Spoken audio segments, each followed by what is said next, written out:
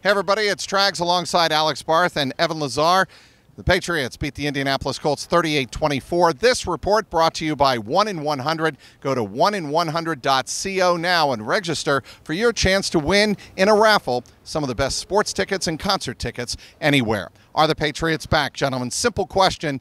They were 1-2 after Detroit. Everybody hitting the panic buttons again throughout New England and throughout the NFL. Now they're 3-2. What do we think of the two wins over the Dolphins and Colts in the space of 4 days? Well, they're not really impressive opponents, let's be honest. But I think that the good news is for the Patriots is that they played some teams that aren't necessarily the Jacksonville Jaguars of the AFC, and they were able to kind of get back to business and get everything kind of clicking, especially on the offensive side of the ball, to a point now where when they go up against Kansas City in Week 6, I think we all feel comfortable like they can get into a shootout with Patrick Mahomes and maybe have a chance in that game. I think if I said that to you after the Jacksonville game or after the Detroit game, we would not be saying the same thing, that they would have a chance to win a game in the 30s against a team like the Chiefs. Defensively, I think that, there's still some concerns that we'll get to, but overall, I mean, they're playing much better football, and it's really just comes down to execution. They're just executing much better on both sides of the ball. Alex, they look like a much more confident team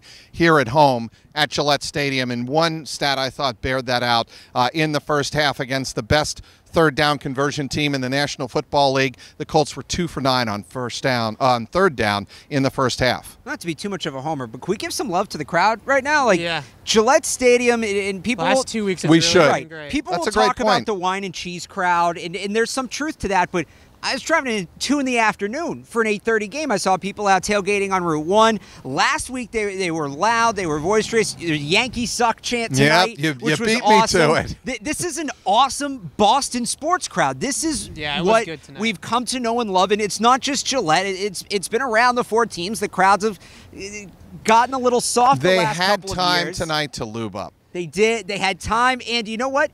The chip's back on. The Patriots lose 2 games, I think. People are saying the Patriots aren't good anymore. We don't accept that around here. We don't want to be anything but the best, and I think the crowd's taking it personally, and hopefully they can keep it up for Kansas City next week, because it's been a lot more fun just watching this team and being in this building with the crowd being what it was. Not quite back to where they were 10 or 15 years ago, but they're certainly getting there. So what does Alex the Homer Barth think about the third down conversion? To my initial question. Well, I mean, the other thing I would say is, September's over, right? It's October on the calendar. This is when the Patriots turn it on. September, right? Just the extension of the preseason. And history would suggest that. They have now on tape what they do well, what they don't do well, what their opponents do well, what they don't do well. Now Belichick can really dig in and go to work, and he does that more on third down than at any other time during the game. I think they're through their September phase. The Patriots always have that September phase.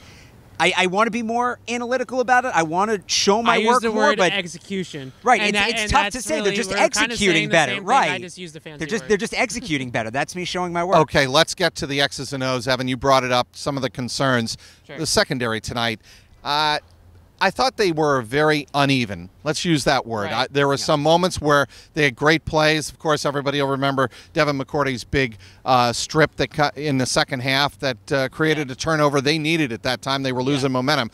But in coverage, Devin McCourty struggled tonight. Yeah, so I think the biggest thing just in terms of the back end that I see is that Jason McCourty and Stephon Gilmore are really holding down the outside. I think that those are 2 solid veteran players, especially Gilmore, obviously, big money corner, that they're going to be pretty good. But I think that what we saw tonight was that the Colts had a pass-catching running back in Nyheim Hines and a pass-catching tight end in Eric Ebron, 2 positions that without a good coverage linebacker, it's difficult to kind of hold in check. So what the Patriots did to kind of combat that was that they put Patrick Chung for a lot of this game on Hines, and that left McCourty on Ebron, and he had some trouble with Ebron. So when you play some of these teams like a Kansas City, like a Jacksonville, that have both a pass-catching back and a receiving tight end, one guy is going to have to be on the back and one guy's going to have to be on the tight end again. And if Devin McCourty can't step up his game to cover the tight ends, then they're kind of in a pickle because they don't really have a linebacker that can do it, and it's kind of tough to put your outside corners on a tight end, obviously, who's always inside the formation. Right. So it just,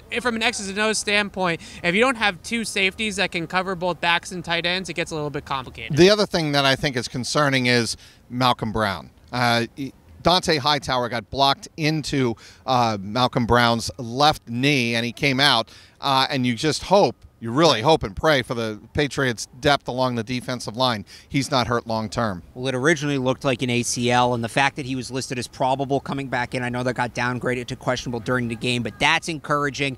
Normally with an ACL, we know at this point, right? We're recording. Or the next day, there's an about MRI 2 done. hours after the game's over, but there's some indication. We really haven't heard much about it, which I think is a good sign. But we'll see. We'll see. Adam Butler played a good game tonight. I think his first game, good game of the season. I think he struggled early. He played decent too. He had that sack of Ryan Tannehill on the stunt, on the linebacker tackle stun, and I think that mainly the pass rush. I think a lot of people are going to talk about that tonight. Really wasn't a great pass rush on Andrew Luck. But my response to that is he was getting the ball out pretty damn quickly. And he was rolling out of the pocket pretty quick, too. And they were really working the short passing game. I mean, I would be shocked if his time to throw is more than 2.5 seconds. When Andrew Luck is throwing the ball in 2.3, 2.4 seconds on average, I mean, we see it with Tom Brady every week. It's very difficult to get a pass rush going when the guy's getting the ball out of his hands that quickly. So I think that some of it had to do with that. And also, I think that they really wanted to contain Luck in the pocket because I think they realized without T.Y. Hilton especially, the only way that they were going to get beat for really big plays in this game is if Luck went on that schoolyard BS type stuff where he gets outside the pocket and he's able to throw the ball over the top on a broken play to a receiver that gets beats the coverage on a broken play. That didn't happen tonight because they did a decent enough job, I thought, of containing Luck in the pocket. But back to Malcolm Brown real quick. We'll see what the severity of it is, but they do have a lot of depth on that defensive line.